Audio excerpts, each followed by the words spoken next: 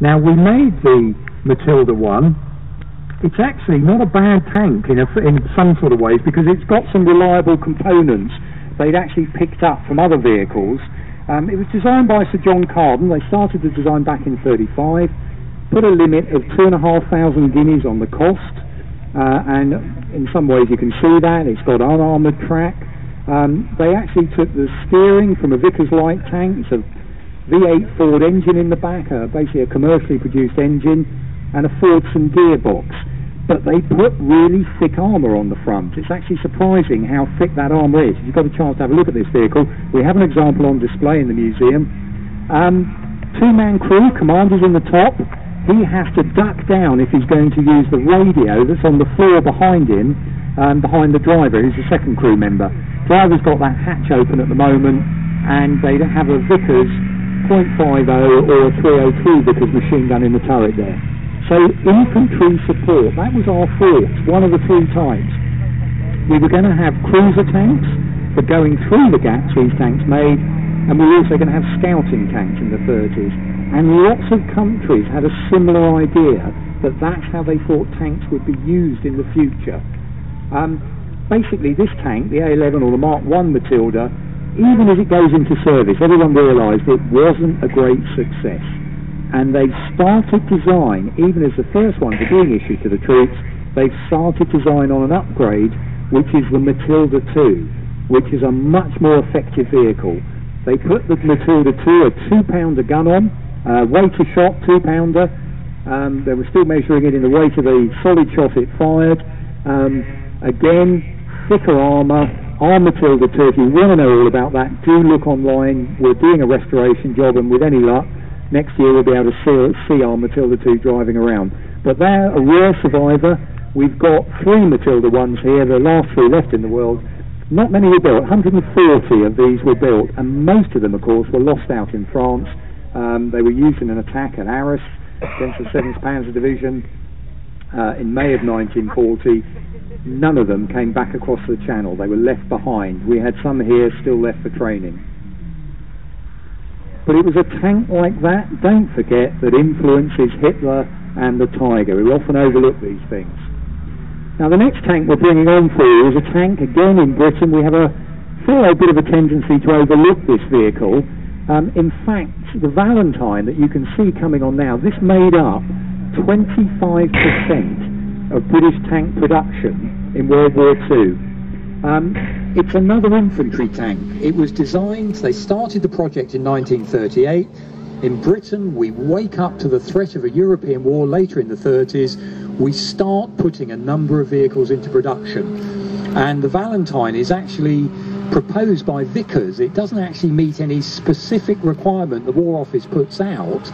But what they do, Vickers, very sensibly, they get tried and tested components, such as the suspension system comes from an earlier model Vickers vehicle.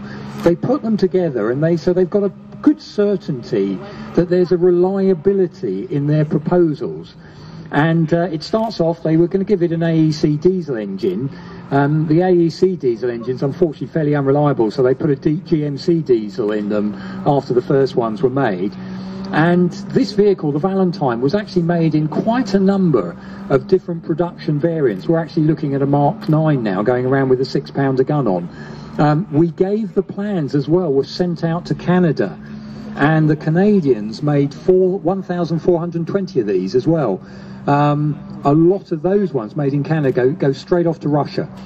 We actually exported, out of 8,000 Valentines and the variants that were made, 3,500 were sent from Britain all the way across to Russia to help the Soviet army, again, early on in the war. And the Soviets did use the Valentines, mainly in second-rank formations, but it was used. And they liked it because it was reliable. It did actually work. We always tend to poo-poo the British tanks. Thinner armour, starts with a 2-pounder, this 6-pounder. And when it goes into service in the British Army, even though it was designed as an infantry tank, we actually ended up using it because we didn't have enough cruiser tanks around, so they start using them for the exploitation role. And that was one of the problems with it, because it was really neither fish nor fowl for the armoured soldiers actually using it. it wasn't really fast enough to be a cruiser tank. So in other words, you use your speed for shock effect, for getting out of trouble, getting around the place quickly, and yet its armour wasn't that thick either as like the very thick infantry tanks, so it wasn't very well protected, wasn't particularly fast. And again, until these later models with a bigger gun on, like this one, the Mark 9 version with a 6-pounder. So it had trouble faring against things like the German tank that's about to come on, the Panzer III. Having said that, it was used for things like the first DD tank experiments. It was used as a bridge layer. The Archer, an anti-tank gun, was built on the top. We've got that in the museum. A Bishop self-propelled gun with a 25-pounder on. So actually, it's a really important tank. As I said, over 8,000 built. That was a lot of tank production for a British vehicle in World War II. Now, coming on, one of those classic German vehicles. This one is our Panzer III, the L model, Alphen L, or model, or Mark L. The Germans, again in the 30s, they've been doing these secret experiments. They decide they want basically a support tank, which is going to be the Panzer IV, with a larger 75mm gun on that can fire high explosive. That means you can take on pillboxes, bunkers, defended positions, and that would be a support tank to tanks like this, the Panzer III, which is actually going to be the sort of cruiser tank or the exploitation tank. That's the tank that's going to cause the trouble for the enemy. We often again look back at this period, seem to see that we've got things like the Germans doing supposedly amazingly clever tank design. Actually, the Panzer III and the Panzer IV take a huge amount of German energy, effort and resource to build and design, and they come out very, very similar in the end. All the tank spotters in the audience, early days when you were younger, spotting the difference between a Panzer III and Panzer IV was quite hard sometimes because they look so similar. So a huge amount of German effort and energy went into the idea of building something that actually was, in the end, they were almost overlapping. And of course, what happens is the Panzer IV is upgunned and ended up doing the role that they'd originally been designed for the Panzer III. Now, this Panzer III, we know the history of this tank. It was actually shipped out from Naples to Benghazi in July of 1942. It becomes part of the 15th Panzer Division. We think it fought at Alam Halfa, and it's certainly, we know it's captured. We have photographs of it being de-bombed by local labour. In other words, they're taking all the shells out of it before it was shipped back to Britain in the war for analysis. It went up to Chobham, just like our Tiger did. When it comes back from Tunisia, and reports are written on it, it's photographed with some other Panzer IIIs, and it's one of the tanks that the British military learned a lot of lessons. One of the things we liked about it, the quality of the engineering is commented on. The welding was thought to be pretty good, certainly earlier in the war. They love the crew ergonomics. Another feature that often is overlooked in tanks, what was it like for the crews? Commander's in the middle, gunner is on one side in the turret, and the loader is on the other side in the turret. The commander's in the middle. He can also look down below the turret and see the driver in the front and the co-driver, bow machine gunner, radio operator, multi-role person on the other side in the front. And that was picked up on by the British people doing the analysis of this captured tank, because they realised eye lines, being able to see the commander in the stress of battle, is actually really important, because it means that commander can give a smile, a wink, a frown, something during the course of a battle that can reassure or bolster the crew. And again, it was a lesson that after the Second World War, in Britain we designed a tank called the Conqueror. The Americans designed a tank, the M60 the M60 Patton tank. And both of those tanks, when they had a mini turret on the top with the commander in, were criticised by the crews. They couldn't work out why until they realised they couldn't see the commander. The rest of the crew couldn't see him. And that, in terms of, for the crew to get on, to be able to understand what's going on, that was a downside. And the Germans seem to have got it right in their tank design here. The ergonomics, very, very good. Now this particular tank, it's armed again. The German tanks go through, they start the war with, some of them have a 37mm gun put on, then we have a medium velocity 50mm. This one's got the longer barreled 50mm, and at the very end of the Panzer III production, they actually do the gun on the Panzer IV. They put a short-barreled 75mm on it. But this one, it's got that long-barreled high velocity, so the rounds come out with a fair bit of welly and force behind. Solid shot. This will go through most of the British tanks, apart from the Matilda II, early on in the war.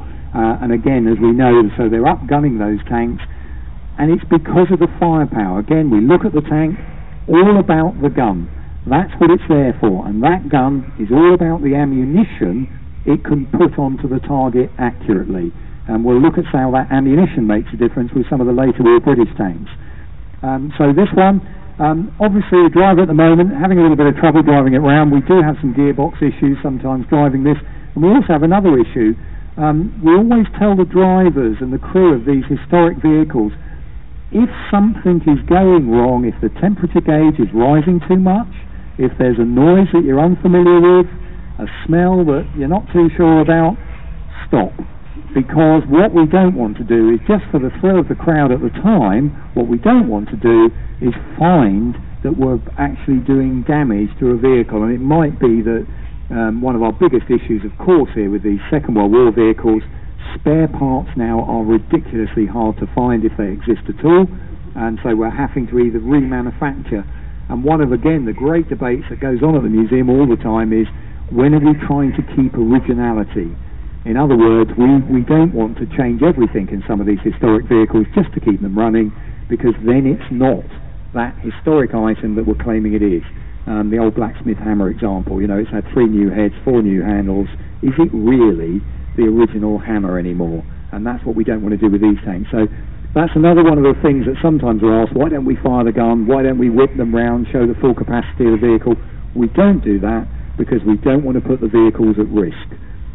We drive well within the vehicle's limits, and obviously at certain times as well, even that doesn't look that impressive. I can assure you now, a Panzer III wasn't that slow in normal combat situations, but obviously the driver there is being cautious what he's being able to do with it.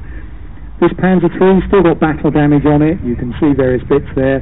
Been restored by the workshop team. It's always been a runner, and the workshop guys, they'll always tell you the quality of the engineering on some of these German tanks, absolutely outstanding.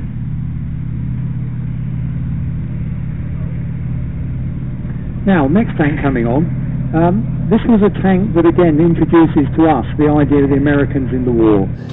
We've said it here before, forgive me if I've waffled on about the Yanks' contribution to World War II. If you've heard all this, close your ears, but the point about it is quite simply, it's American military or automotive production that basically saves our bacon. At the end of that summer of 1940 in Britain, the emphasis goes on aeroplanes, first of all Spitfires, Hurricanes, fighters to defend Britain, and then bombers to get back at Germany. That's that idea early on.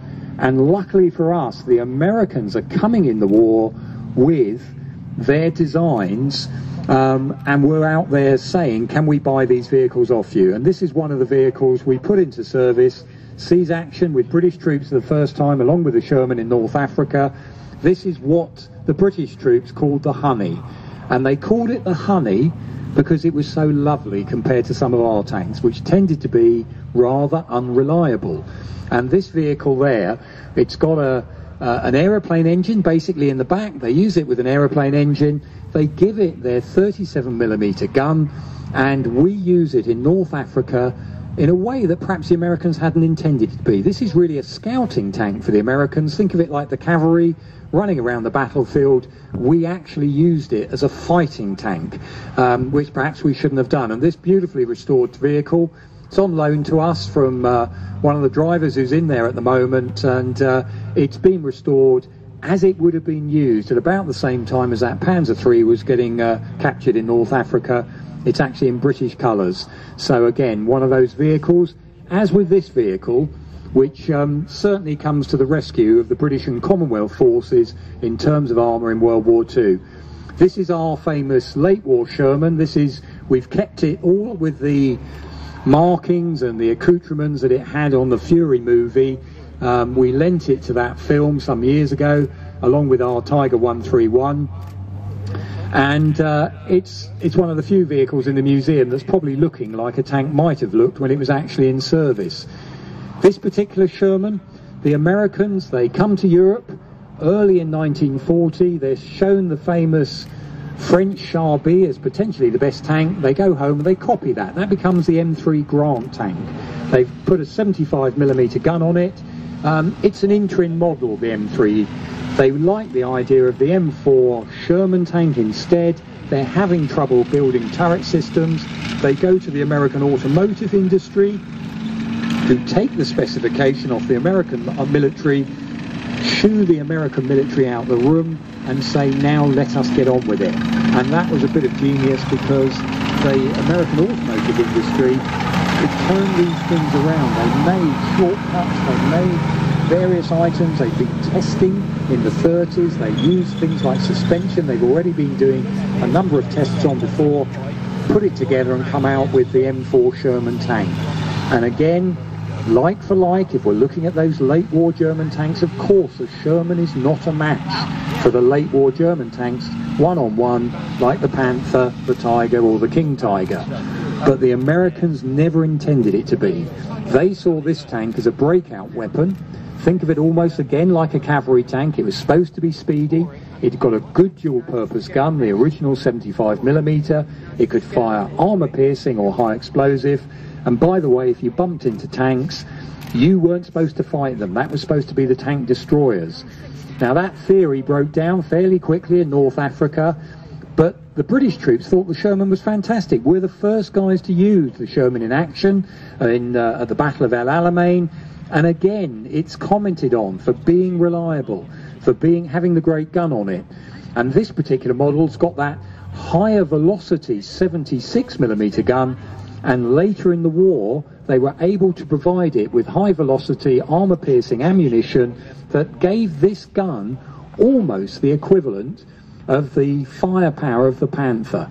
So again, careful when we just denigrate the Sherman. Yes, the armour plate on it was certainly not as thick as some of that German material, but the gun was pretty good, and with a reliable tank crew who knew what they were doing, this was a very simple tank to operate. And of course, key issue, the Americans made so many of them, so they could swamp the battlefield, they could supply them to British and Commonwealth forces as well.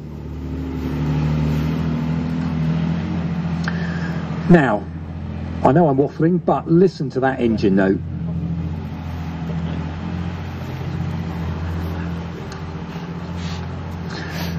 Now, I don't know what will get your heart racing. If that doesn't, I don't know what will. That's a Meteor engine in the back there. So basically, you've got the Spitfire's Merlin engine. They derate it. No silencer at all. There's a couple of fishtail exhausts you can just see on the back there. And at last, in Britain, we have an engine with a huge amount of horsepower we can put in a tank. We put it in the Cromwell tank. This tank is the Comet. It follows on some of the ideas we've got with the Cromwell. It's called the A34 Comet. It's really a souped-up Cromwell tank, and it's got this new gun on it. You've heard of the 17-pounder, the British gun we put on the Sherman Firefly. Fantastically effective, more power in the 17-pounder than on the German 88mm that was on the Tiger 1. Now this, they shortened the gun. They actually call it a 77mm high velocity gun. If you're being very nerdy, actually the size of the hole is 76.2mm, but they make the gun slightly shorter than the 17-pounder on the Sherman Firefly. They give it a slightly smaller brass case with the propeller. It's basically the case that used to be on the 3-inch anti-aircraft gun. And they do that to make the gun shorter so it can fit in that turret.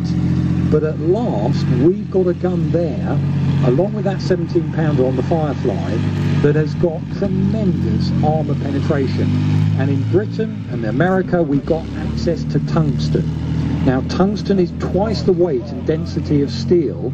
If you put that in a pot In other words, you surround it by a lighter projectile, fire the enormous amount of propellant that's behind the 17-pounder round, out that pot goes at the end of the barrel, and that slug of tungsten can penetrate pretty much any German tank later on in the war. So from that point of view, it is a fantastic tank killer. With that lovely Meteor engine in the back, it also means this tank's got speed. We've actually got about 32 miles an hour, which is blooming fast for a late war tank. So this thing, not only does it have great firepower, but it's got the capability of whipping around the battlefield. And again, it's another one of those issues we forget about. Speed sometimes is just as good a protection as armour plate. On the front, we always like pointing this out. Why on earth have they got sloped armour and then they go and have a vertical piece where the driver looks out? It's got a nice round hatch that you can open so he can look forward. That vertical plate, this is the last British tank that put the vertical plate on. It was so they could fit something called the VIII machine gun. That had to be fitted in a mount that goes on a 90-degree plate. After this tank, we decided didn't really need that VIII machine gun in the front, and let's slope the armour all the way back. So that's one of the reasons this vehicle, even though at the time they knew the advantages of sloping armour, lessening weight, thickening the amount an incoming round would have to go through, they left it on there. One of the other issues they had, of course, was the poor old driver getting out those side hatches. The first hatch was on the top. If the turret went over the top, there was going to be trouble, and that certainly they did conversions of those on the Cromwell. Christie suspension, track rollers for the first time there. You can see at the top of those on the road wheels above them to keep the track there nice and high. And drive, of course, goes from that engine to the sprocketed wheel, which on the Comet is at the back. That's what's driving it along. And they get these out to the troops. 11th Armoured Division is starting to get these tanks in December 44. They actually hand them back because when the Germans do their attack at the Battle of the Bulge, we end up deciding that it's better that they go off to fight in a tank they know about, so they go back in the Shermans to fight. But they do see action in the spring of 1944. 1,200 of those were made, and of course they saw service in many armies after the Second World War as well. So again, a good bit of British tank design. And coming on now, probably the best bit of British tank design. Funny to think of this tank is really a World War II tank. A lot of blokes in the audience, you remember your dinky toy version of having a Centurion tank. Actually, the Mark I Centurion, or the prototype Centurions, are all designed and come together at the end of World War II. It's a culmination of our tank design efforts. That Meteor engine again, sloped armour, and the original model, we have one in the museum, don't forget, has a 17-pounder gun on. We get rid of that VIII machine gun, which means we can have that lovely sloped front glacé plate. They are rushed out to Germany. They miss the end of the war by about 6 weeks, but then we do a programme of testing the Centurion. We then get a better gun on it, the 20-pounder, and then we design, in the 50s, we design a gun called the L7 105mm gun. That's the gun you can see on this example of the Centurion. Stunningly powerful gun. The Americans put it on their pattern tanks. It went on the earlier models of the Abrams. It ends up going on the original Leopard tanks. It's a very, very powerful and effective gun. And altogether, that makes the Centurion, probably for a generation, the best tank in the world. And it sees lots of action. It sees action in Korea with the British Army, the earlier versions with 20-pounder guns on. It sees action with the Australian Army in Vietnam. Lots of action in the Middle East. And the South Africans have actually still got their Centurion tanks in service. They call them Oliphant. They don't look like this. They've got lots of extra armour added on the outside, but a very, very stunningly effective British vehicle, this one. One of its downsides, that engine, you can hear it again, massively thirsty. Early days, only 65 miles an hour on the road, so they gave them bigger fuel tanks, upgraded that to managed to do 101 miles on the road, and then they gave them these petrol Bowsers called mono trailers. They pulled behind them just to try and extend its range. That's a problem with a petrol vehicle with such a thirsty aeroplane engine in it. Now we're going to bring on a tank. Well, you might wonder why on earth we're bringing on this next tank, which is actually a Swiss tank we're going to bring on for you now. This particular tank, why we're bringing it on, it's because it was actually influenced by the Tiger. It's got the same driving system in the front of it now, which is a bit awkward for us to say because you're not sitting in there and you can't see the steering wheel and how it works. Switzerland, basically, they were wanting to buy that fantastic Centurion tank off of Britain after World War II. We wanted the tanks for ourselves, even though we were desperately keen for money at the time. Post-war Britain, you know, we're pretty much bankrupt from World War II. But we had to use those Centurions instead of selling them for our own fighting forces in Korea. So that led the Swiss to go off and actually design their own tank. They hadn't got a history of building big heavy tanks. They bought some AMX-13 tanks off the French as a bit of a stopgap, but then they come along with this fellow, which is something they called PZ Panzer 61, and they use that British gun. That's a British 105mm, and then they end up buying an engine off the Germans, quite sensibly. They buy a Mercedes bus engine, but everything else they make in Switzerland. And because it's Switzerland and they're worried about the fact they may get attacked from different places and with mountains, etc., as we know about the Swiss scenery, they're going to have to make a mobile tank. And how are you going to get that tank to the different parts of the country? You may have to go over some mountain passes. So they make the tank actually a bit narrower. If you look at it from the front, it's narrower than most tanks at the time because it's got to be able to go along mountain roads. And the steering system is very similar to the Tigers. It is a very refined steering system. There's a little, instead of tillers, you've got a little steering wheel in front of you inside that vehicle, and the whole point there is the last thing you want to be doing is oversteering or understeering on some massively narrow mountain pass and finding the tank tumbling down the side of the hill. So it's got very, very well controlled sensitive steering, and we actually use this tank to train some of the guys who are later going to drive the Tiger, so they get used to that level of handling that goes on inside them. The Swiss built about 150 of these between about 1965 and 67 in their factory out at Thun in Switzerland. And it's always, when we look at different countries, why have we got so many different tanks in the museum here? At exactly the same time as Britain's building that Centurion, other countries are coming to very different conclusions about what they want from a tank. So of course we've got all the T tanks, mass-produced Russian tanks in huge quantities are being made, but the Russian idea is keep it simple, make it low profile, give it a good gun, don't worry too much about crew conditions. We're a dictatorship, don't forget, out in Russia. So again, that idea about for national characteristics, sometimes the resourcing that's needed or available in different countries, different times, that's why you can find yourself at exactly the same moment in history, different armies are coming out with very, very different products. Now, in just a moment, I mentioned I'll keep quiet when Tiger 131 comes on. Tiger 131 captured in Tunisia. I mentioned earlier there's a bit of a news story to do with the capture that you may want to read up. It's on our website. It's brought back for analysis. It's the first captured tiger in the West. Brought back for analysis for Atlas problem. Lots of reports written on it. If you want to find out more, we've done a Haynes manual on the Tiger for sale in the shop. Lots of information on Tiger 131. And subsequently, back in the 1990s, a program began to restore this tank into running order. And one of the issues we're facing now, it's such a great tank to see driving around.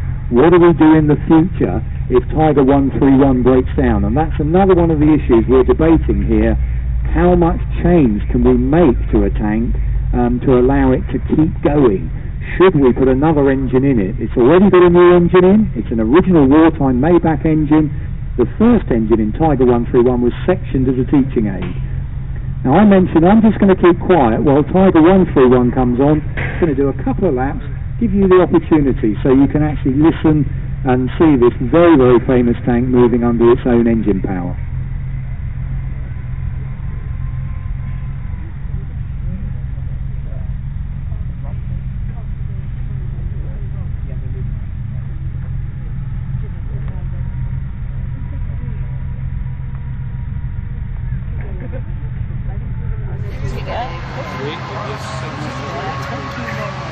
What would you do?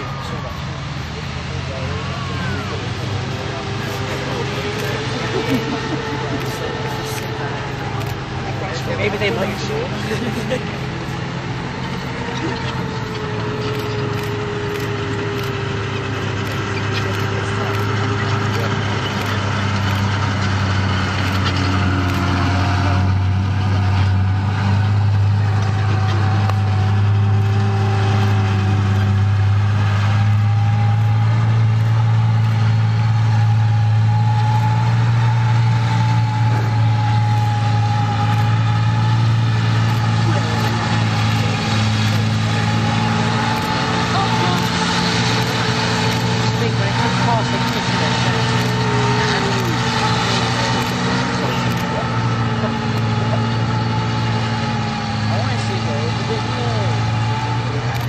They probably won't do it.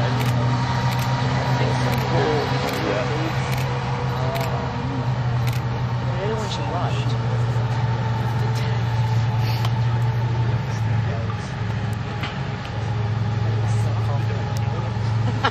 I have to roll back. Roll out.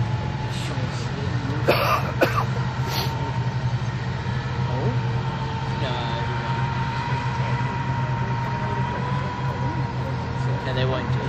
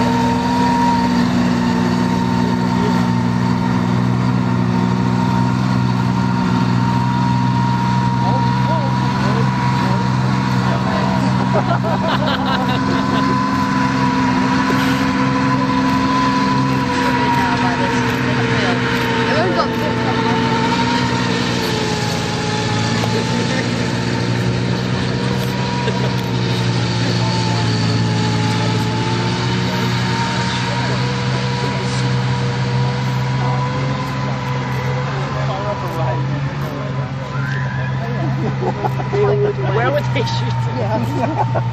Just fly into the crowd somewhere. Here's Castle. It was when a German something of a witch was like KB2. It's really cold color.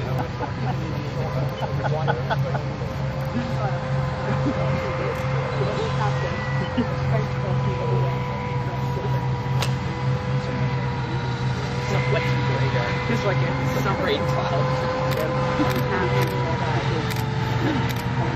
Spy tower. By the way.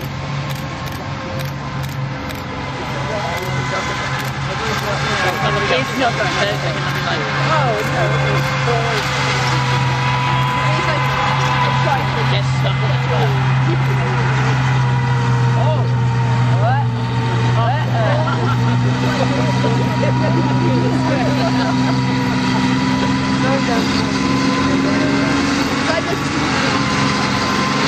And then finally.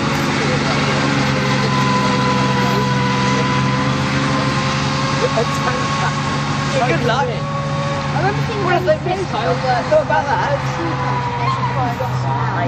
Yeah, no, I'm just gonna get it. I want to see what Tiger fire. It's so loud. should put the target forward for that.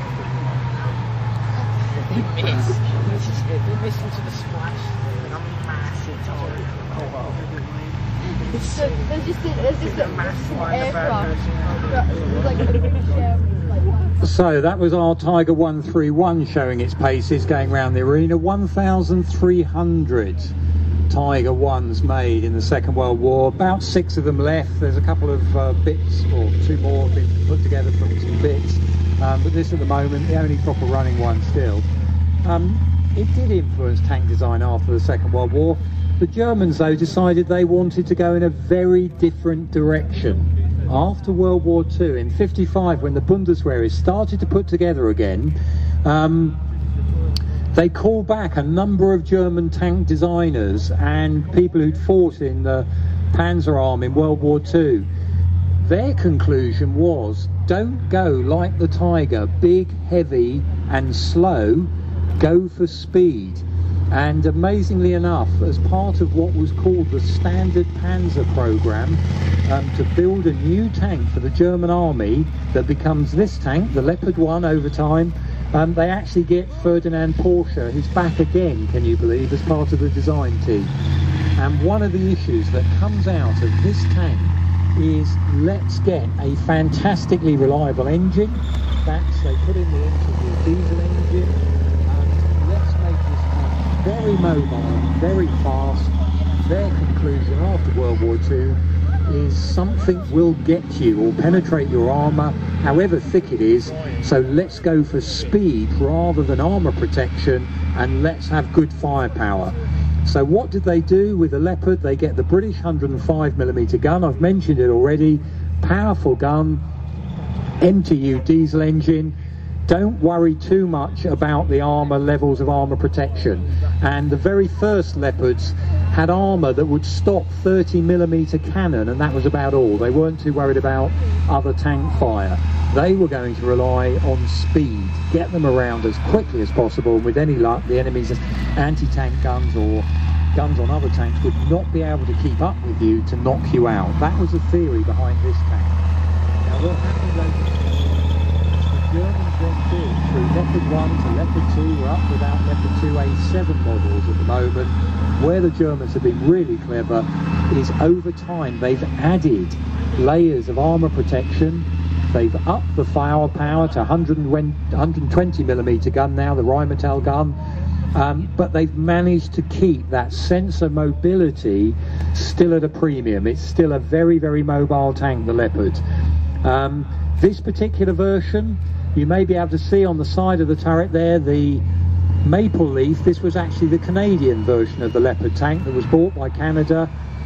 We love this story. Back in early 2000s, the Canadians decided the age of the tank had come to an end. They got rid of their Leopard tanks. We put our hands up and said, could we have a couple here, please?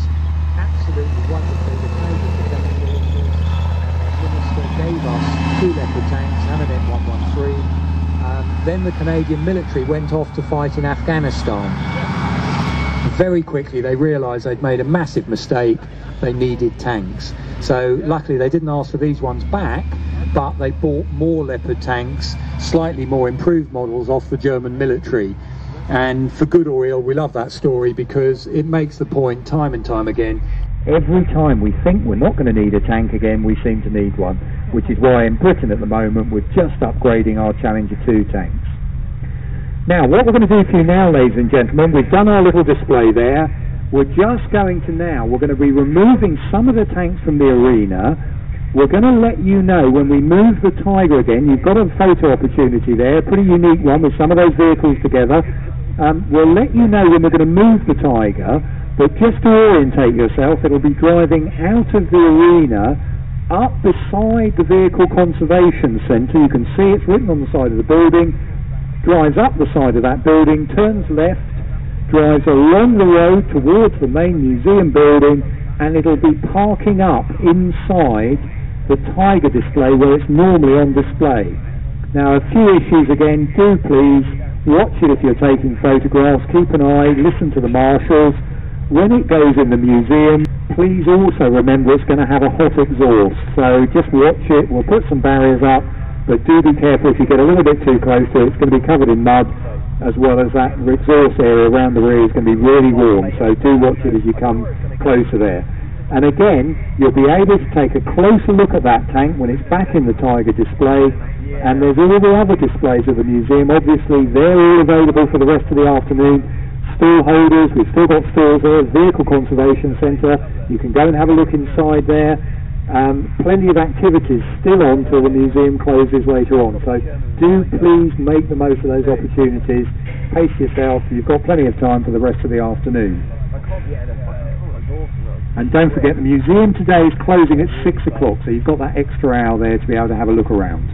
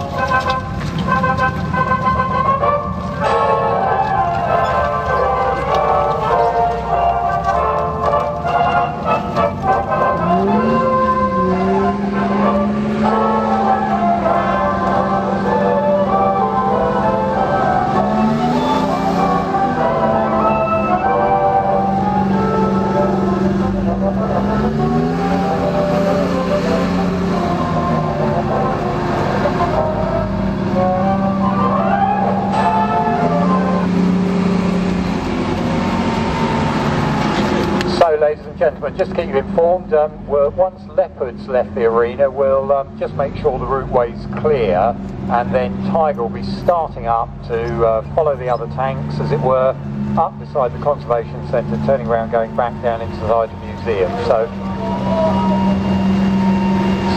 we'll let you know that in a couple of moments' time, but will be starting up again and following up the road.